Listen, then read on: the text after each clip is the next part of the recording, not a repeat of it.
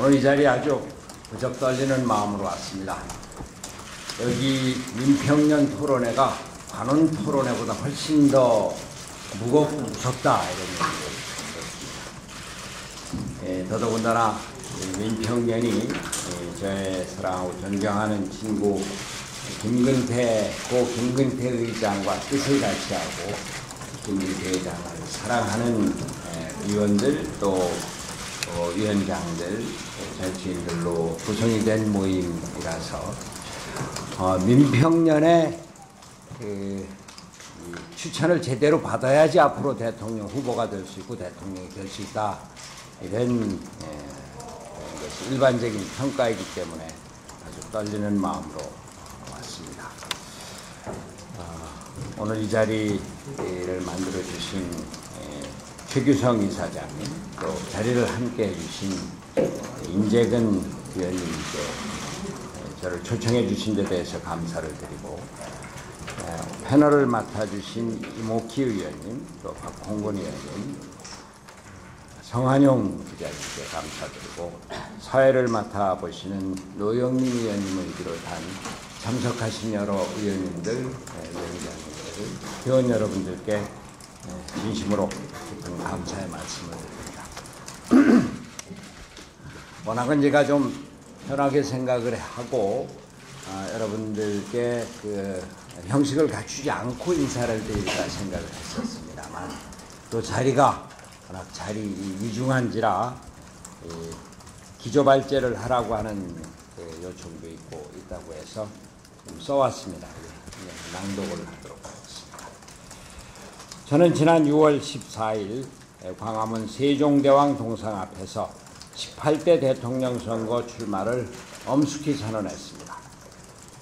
그날 이른 아침 저는 마석 모란공원에 묻혀 있는 저의 친구들, 고 김근태 의장과 고 조영래 변호사 묘소에 조용히 참배를 했습니다. 그 배사한 사람만 드리고 이른 아침 새벽에 가서 제가 그날 당일날 있을 대통령 출마 선언에 대해서 먼저 두 친구에게 보였습니다.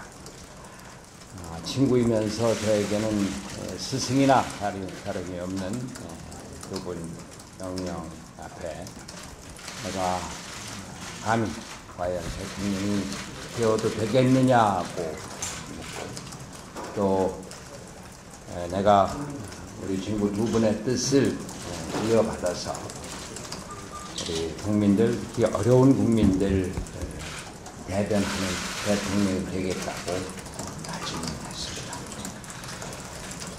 민주화와 인권과 평화를 위해서 젊음을 바친 두 친구들의 뜻을 꼭 이어받겠다고 다짐했습니다. 땀과 눈물, 좌절과 환희, 절망과 희망이 얼룩진 지난 40여 년의 세월이 주마등처럼 지나갔습니다. 우리는 청춘을 바쳐서 박정희 군사 독재 정권에 맞서 싸웠습니다. 청계천 뚝방촌에서 가난한 이들과 함께 둥글며 빈민운동에 젊음을 바쳤습니다. 노동자들이 어깨를 펴고 살 수 있는 세상을 만들자며 노동자들과 함께했습니다. 마침내 우리는 독재를 무너뜨리고 민주화를 이뤄냈습니다. 1987년의 일이 그로부터 25년이라는 세월이 흘렀습니다. 그 사이 세상은 참으로 많이 변했습니다. 5.18에 대해서는 청문회가 이루어졌고 하나회가 촉결되었고 금융실명제가 이루어졌습니다. IMF 위기가 터졌고 50년 만에 수평적인 정권 교체가 이루어졌습니다. 역사적인 남북 정상회담이 이루어졌고 기초생활수급제, 기초노령연금제 등 복지제도의 기반이 마련되었습니다. 정치개혁이 이루어졌고 권위주의 청산을 위한 노력이 펼쳐졌습니다. 좀 더 나은 민주주의를 향해 한 발 한 발 나아가고 있었습니다. 그러나 이명박 정권이 들어섬으로써 우리의 역사는, 우리의 민주주의는 다시 낡은 과거로 후퇴하고 말았습니다. 민생 경제는 파탄성 지경에 이르고 말았습니다. 허리띠를 졸라매고 열심히 일해도 하루하루 먹고 살기가 힘든 세상이 되었습니다. 중산층은 무너지고 서민의 삶은 벼랑 끝으로 내몰렸습니다. 특권층의 반칙과 편법으로 정의는 땅에 떨어졌고 기회는 승자들의 것이 되었습니다. 무차별적인 토건사업으로 환경과 생명은 죽어가고 있었습니다. 재벌 대기업 편중 정책으로 사회적 격차는 더 크게 벌어졌습니다. 조선시대 신문사회로 돌아간 것 같다고 하는 정의롭지 못한 사회에 대한 울분과 분노만 하늘을 찌르고 있습니다. 갈등과 분열의 골은 더욱더 깊어졌습니다. 대한민국 더 이상 이대로는 안 됩니다. 이제 우리는 갈등과 분열, 차별의 시대를 넘어 새로운 사회로 나아가야 합니다. 2012년을 점령하라는 김근태 의장의 유지를 받들어 새로운 사회를 여는 데 앞장서야 합니다. 이것이 우리에게 주어진 국민의 명령, 시대의 요구, 역사적 소명입니다. 이제 우리가 다시 일어서서 닫힌 역사의 문을 활짝 열어 젖혀야 합니다. 도탄에 빠진 민생을 구하고 민주와 평화의 큰 대한민국을 만들어야 합니다. 저는 5년 전 한나라당을 탈당했습니다. 새로운 정치를 위해 찬바람을 맞으며 추운 시베리아 벌판으로 나왔습니다. 당시 집권당인 열린 우리당은 해체 과정에 있었습니다. 제가 참여하여 대통합민주신당이 만들어졌고 대선 패배 이후 저는 당대표로 추대되었습니다.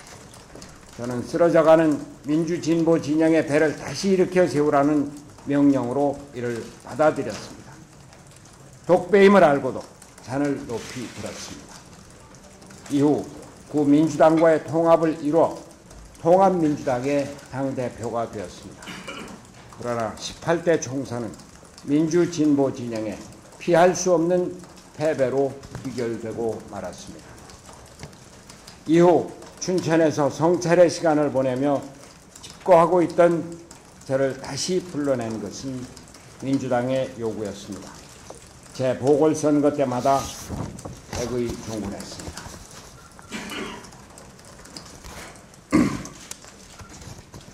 (2010년 10월) 전당대회는 집권의 의지, 정권교체의 사명감과 깃발을 높이 들고 당대표에 도전하고 당대표가 되었습니다. 민주진보 진영의 죽을 자리라는 분당에 출마해서 승리했습니다.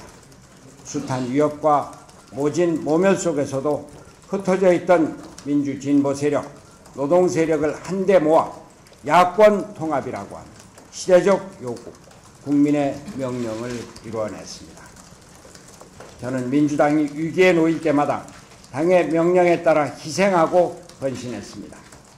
저에게 주어진 역사적 소명을 완수했습니다.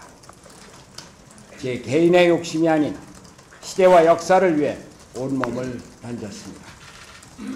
수처작주라고 하는 저의 좌우명은 제가 민주당에 있으면서 항상 나를 버리고 오직 민주당만 지키라고 하는 명령으로 저에게 다가왔습니다. 당 대표 시절에는 사조직의 기반을 닦으라는 참모와 동지들의 권유를 언성을 높여 싸워가면서 단칼에 거절했습니다. 당 대표로서 사조직을 만들지 않았습니다. 저에게는 뼈아프지만 지금 그분들 중에 많은 분들이 제 곁을 떠나 있습니다. 대선을 목전에 둔 지금 저는 여러분이 저에게 희생과 헌신의 소명을 주었던 그 순간들보다 더 큰 기로에 놓여 있다고 생각합니다. 유럽발 금융위기와 장기 불황의 파고가 대한민국을 몰아칠 기세입니다. 민생은 위기에 빠졌고 국민들은 지쳐가고 있습니다. 언제 어디에서 우리 대한민국호가 경랑에 휩싸일지 모릅니다. 거대한 태풍 속의 조각배로 전락할지 모릅니다. 그러나 지금 우리는 대한민국호를 맡을 준비가 되어 있습니까?